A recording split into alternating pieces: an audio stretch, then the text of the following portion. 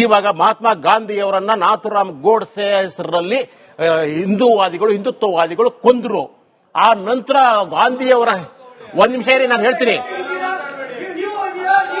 ಹಿಂದುತ್ವವಾದಿ ನಾನು ಹಿಂದುತ್ವವಾದಿ ಅಲ್ಲ, ಇಟ್ಕೊಳ್ಳಿ. ನಾನು ಹಿಂದುತ್ವವಾದಿ ಅಲ್ಲ, ಹಿಂದೂ ಬೇರೆ ಹಿಂದುತ್ವವಾದಿ ಬೇರೆ, ನೆನಪಿಟ್ಕೊಳ್ಳಿ. ಅರ್ಥ ಆಯ್ತಾ? ಮೊದಲು ನಾನು ಮಾತಾಡಕ್ಬಿಡಿ, ಆಮೇಲೆ ನೀವು ಮಾತಾಡ್ಕೊಳ್ಳಿ. ನೀವು ಧರ್ಮ ಅಲ್ಲ ನಾನು ಹೇಳ್ತಾ ಇರೋದು, ಇಲ್ಲಿ ಇರೋದು ಹೇಳ್ತಾ ಇರೋದು ಹೊಂದಿರ್ತಕ್ಕಂಥವ್ರು. ಯಡಳಿ ಸರ್, ಅಬ್ಜೆಕ್ಷನ್ ಇರೋದು ಹಿಂದುತ್ವವಾದಿಗಳು ಗಾಂಧಿಯನ್ನ ಕೊಂದ್ರು ಅನ್ನೋ ಮಾತನ್ನ ವಾಪಸ್ ತಗೊಳ್ಳಿ ಅಂತ ಹೇಳಿ ಕೊಂದದ್ದು ಗೋಡ್ಸೆ. ಅದನ್ನೇ ಒಂದ್ ನಿಮಿಷ ಕೇಳಿದ್ದು. ನಿಜವಾಗ್ಲೂ ಗಾಂಧಿಯನ್ನ ವಿರೋಧಿಸಿ ಗೋಡ್ಸೆಯನ್ನೇ ಆರಾಧಿಸಬೇಕು ಅಂತಿದ್ರೆ ಗೋಡ್ಸೆ ಹೆಸರು ಅಥವಾ ಗಾಂಧಿ ಹೆಸರು ತೆಗೆದು ಬೇರೆ ಏನೋ ಹಿಂದುತ್ವದ ಹೆಸರು ಇಡ್ತಾ ಇದ್ರು.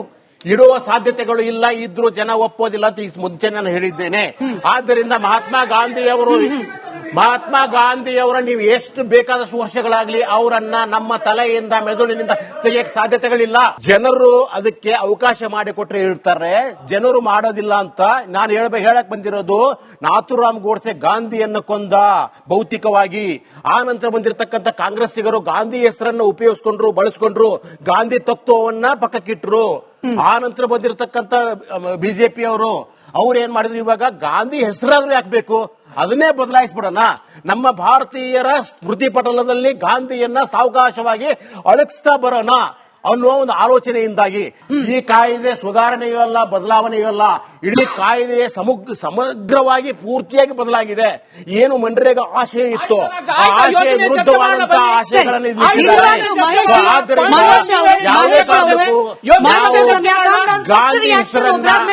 ಗಾಂಧಿ ಹೆಸರನ್ನ ಒಂದು ಮಾತ್ರ ಅಲ್ಲ, ಇಲ್ಲಿವರು ಹಲವಾರು ಹೆಸರುಗಳನ್ನ 30ಕ್ಕೂ ಹೆಚ್ಚು ಯೋಜನೆಗಳ ಹೆಸರನ್ನ ಬರೆದಿದ್ದಾರೆ. ಇವರು ಏನೋ ಸ್ವಚ್ಛ ಭಾರತ್ ಅಂದ್ರು. ಸ್ವಚ್ಛ ಭಾರತ್ ಏನು, ನಿರ್ಮಲ ಭಾರತ್ ಅಭಿಯಾನ್ ಮುಂಚೆನೆ ಇತ್ತು, ಅದಕ್ಕೆ ಬೇರೆ ಹೆಸರನ್ನು ಮಾತ್ರ ಬದಲಾಯಿಸಿದ್ರು.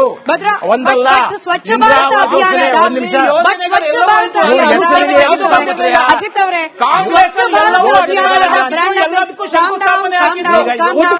ನಿಮ್ಮದೇ ಉತ್ತರಕ್ಕೆ ನಾನು ಮಹೇಶ್ ಅವರಿಗೆ ಹೋಗ್ಲಿಕ್ಕೆ ಮುಂಚೆ, ನೀವು ಸ್ವಚ್ಛ ಭಾರತ ಅನ್ನೋದು ಕೂಡ ಹೆಸರು ಚೇಂಜ್ ಮಾಡಿದ್ದೆ ಅನ್ನೋದಾದ್ರೆ ಅದರ untold brand ambassador Mahatma Gandhi ಅವರೇ.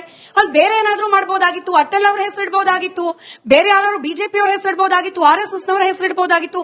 ಬಟ್ ಸ್ಟಿಲ್ ಕೇಂದ್ರ ಸರ್ಕಾರ ಮೋದಿ ಅವರ ನೇತೃತ್ವದಲ್ಲಿ ಸ್ವಚ್ಛ ಭಾರತ ಅಭಿಯಾನ ಶುರು ಮಾಡಿದ್ದು ಆಸ್ ಬ್ರ್ಯಾಂಡ್ ಅಂಬಾಸಿಡರ್ ಗಾಂಧೀಜಿ ಅವರು. ಯಡಳಿ ಸರ್ಗೆ ಪ್ರಶ್ನೆ. ಸ್ವಚ್ಛ ಭಾರತದ ಬರೀ ಗಾಂಧಿಯ ಕನ್ನಡಕವನ್ನು ಇಟ್ಕೊಂಡ್ರು, ಅರ್ಥ ಆಯ್ತಾ? ಅದನ್ನ ಇಟ್ಕೊಂಡ್ಬಿಟ್ಟು ಇವರು ಸ್ವಚ್ಛ ಭಾರತ ಮಾಡಿದ್ರು. ನಾನು ಹೇಳ್ತಾ ಇರೋದು ಯಾವುದೇ ಯೋಜನೆಗಳು ಸಹಿತ ಪರಿಪೂರ್ಣ ಅಲ್ಲ. ಯೋಜನೆಗಳಲ್ಲಿ ನ್ಯೂನ್ಯತೆಗಳಿದ್ರೆ ಆ ನ್ಯೂನ್ಯತೆಗಳನ್ನು ಸರಿಪಡಿಸಿ, ಸರಿ ಹೆಸರನ್ನಲ್ಲ. ಮಹೇಶ್ ಅವರೇ, ನಿಜವಾಗ್ಲೂ ಮೋದಿ ಅಥವಾ ಬಿಜೆಪಿ ಅಥವಾ RSS ಬೆಂಬಲಿತ ಏನ್ ಆರೋಪ ಬರುತ್ತೆ ಆ ರೀತಿಯಲ್ಲಿ RSS ಬೆಂಬಲಿತ ಬಿಜೆಪಿಗೆ ಗಾಂಧಿಯವರ ಹೆಸರನ್ನ ಇತಿಹಾಸದಿಂದ ತೆಗೆಸಬೇಕು ಅನ್ನೋದೇ ಇಂಟೆನ್ಷನ್ ಆಗಿದ್ರೆ, ಗಾಂಧೀಜಿಯವರ 150ನೇ ಜನ್ಮದಿನಾಚರಣೆಗೆ ನ್ಯೂಯಾರ್ಕ್ ಟೈಮ್ಸ್ ನಲ್ಲಿ ಆರ್ಟಿಕಲ್ ಬರೆದವರು ಯಾರು? ಪ್ರಧಾನಿಯಾಗಿರುವ ನರೇಂದ್ರ ಮೋದಿ ಅವರು. ಸಾಬರಮತಿ ರಿವರ್ ಫ್ರಂಟ್ ನ ಅಭಿವೃದ್ಧಿಗೊಳಿಸಿದವರು ಯಾರು? ಪ್ರಧಾನಿಯಾಗಿರುವ ನರೇಂದ್ರ ಮೋದಿ ಅವರು. ಸಾಬರಮತಿ ಆಶ್ರಮದ ರೀಕನ್ಸ್ಟ್ರಕ್ಷನ್ ರೀಡೆವಲಪ್ಮೆಂಟ್ ಮಾಡಿದವರು ಯಾರು? ಇದೇ ನರೇಂದ್ರ ಮೋದಿ ಅವರು. ನಾನು ಆಗ್ಲೇ ಹೇಳಿದಾಗೆ ಸ್ವಚ್ಛ ಭಾರತ ಅಭಿಯಾನಕ್ಕೆ ಬ್ರ್ಯಾಂಡ್ ಅಂಬಾಸಿಡರ್ ಆಗಿ ಗಾಂಧಿ ಅವರನ್ನ ಪ್ರಮೋಟ್ ಮಾಡಿದವರು ಯಾರು? ಇದೇ ಮೋದಿ ನೇತೃತ್ವದ ಸರ್ಕಾರ.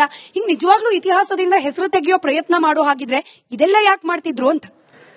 ಮೇಡಮ್, ಒಂದು ಯೋಜನೆ ಹೆಸರುಗಳ ಬಗ್ಗೆ ನಾನು ಖಂಡಿತ ಬರ್ತೀನಿ.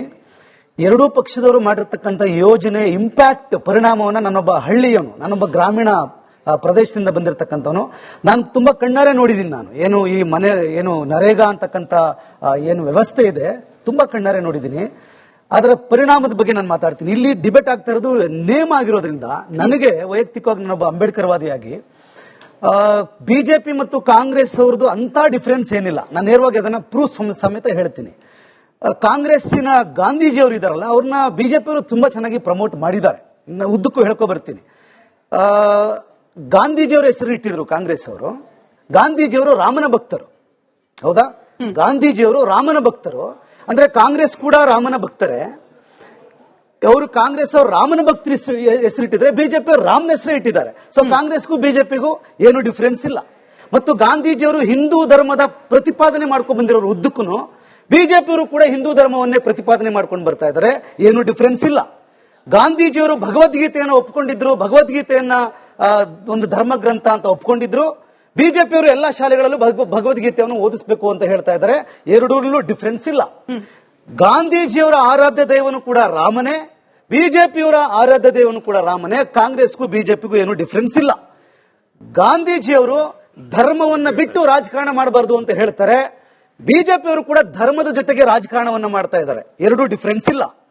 ಗಾಂಧೀಜಿಯವರ ಕನಸು ರಾಮರಾಜ್ಯ ಆಗಿತ್ತು. ಈಗ ಬಿಜೆಪಿಯವರು ಹೇಳ್ತಾ ಇರೋದು ಕೂಡ ರಾಮರಾಜ್ಯನೇ. ಕಾಂಗ್ರೆಸ್ಗೂ ಬಿಜೆಪಿಗೂ ಯಾವುದೇ ಡಿಫರೆನ್ಸ್ ಇಲ್ಲ.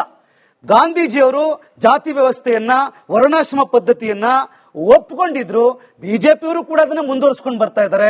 ಕಾಂಗ್ರೆಸ್ಸಿನ ರಾಮ, ಬಿಜೆಪಿಯ ರಾಮ ಇಬ್ರು ಬೇರೆ ಬೇರೆ ಅಲ್ಲ, ಒಂದೇ ರಾಮ, ಒಂದೇ ಮನಸ್ಥಿತಿ. ಇವರಿಬ್ರು ಹೆಸರು ಚೇಂಜ್ ಮಾಡಿದಾರ ವಿನಃ. ಬನ್ನಿ ಹಳ್ಳಿ ಕರ್ಕೊಂಡು ಹೋಗ್ತೀನಿ. ಎಷ್ಟು ಜನ ಉದ್ಯೋಗ ಇಲ್ಲದೆ ನರಳ್ತಾ ಇದ್ದಾರೆ, ಎಷ್ಟು ರೈತರು ಆತ್ಮಹತ್ಯೆ ಮಾಡ್ಕೊಳ್ತಾ ಇದ್ದಾರೆ. ಬರೀ ಕೇವಲ 100 ದಿನ ಜಾಬ್ ಕೊಡ್ತೀನಿ ಅಂತ ಹೇಳ್ತಾ ಇದ್ದಾರೆ. ಆ 100 ಜನನು ಕೂಡ ಜಾಬ್ ಸಿಗ್ತಾ ಇಲ್ಲ. ಇದನ್ನ ಕೇವಲ ಇವರು ಓಟಿಗೋಸ್ಕರ ನಾವು ಗಾಂಧೀಜಿಯವರ ಹೆಸರಿಡ್ತೀವಿ, ನಾವು ರಾಮನ ಹೆಸರಿಡ್ತೀವಿ. ಹೆಸರಂಗ ಯಾರು ಇರಲಿ ಮಾರಾಯರ, ಹಳ್ಳಿ ಜನಕ್ಕೆ ಉದ್ಯೋಗ ಸಿಗ್ತಾ ಇದೆಯಾ? ಸಂವಿಧಾನ ಏನ್ ಹೇಳ್ತದೆ?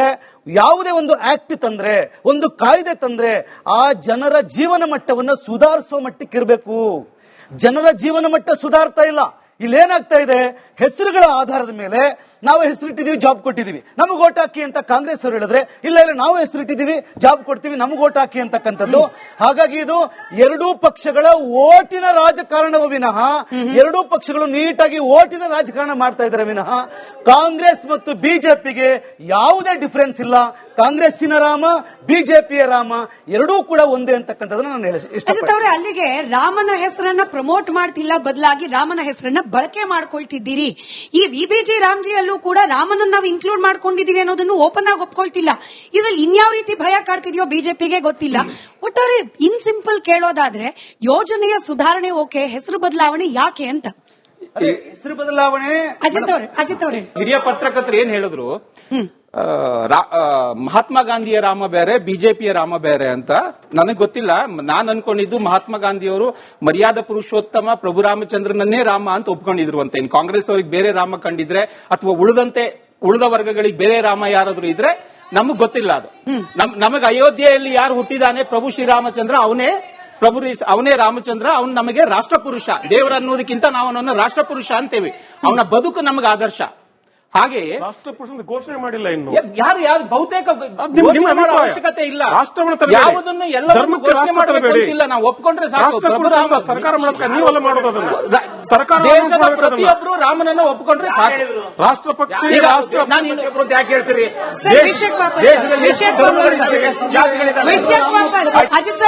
ಒಪ್ಕೊಂಡವ್ರು ರಾಮನ ಯಾಕೆ ಒಪ್ಕೊಂಡ್ರು? ಈಗ ಇವ್ರು ಇನ್ನೊಂದು ಹೇಳ್ತಾರೆ, ಜಿ ರಾಮ್ಜಿ ಬಿಲ್ ಅಲ್ಲಿ ನಿಮಗೆ ಉದ್ಯೋಗ ಖಾತ್ರಿ ಇಲ್ಲ ಅಥವಾ ಗ್ರಾಮೀಣ ಜನರಿಗೆ ನಿಮಗೆ ಭದ್ರತೆ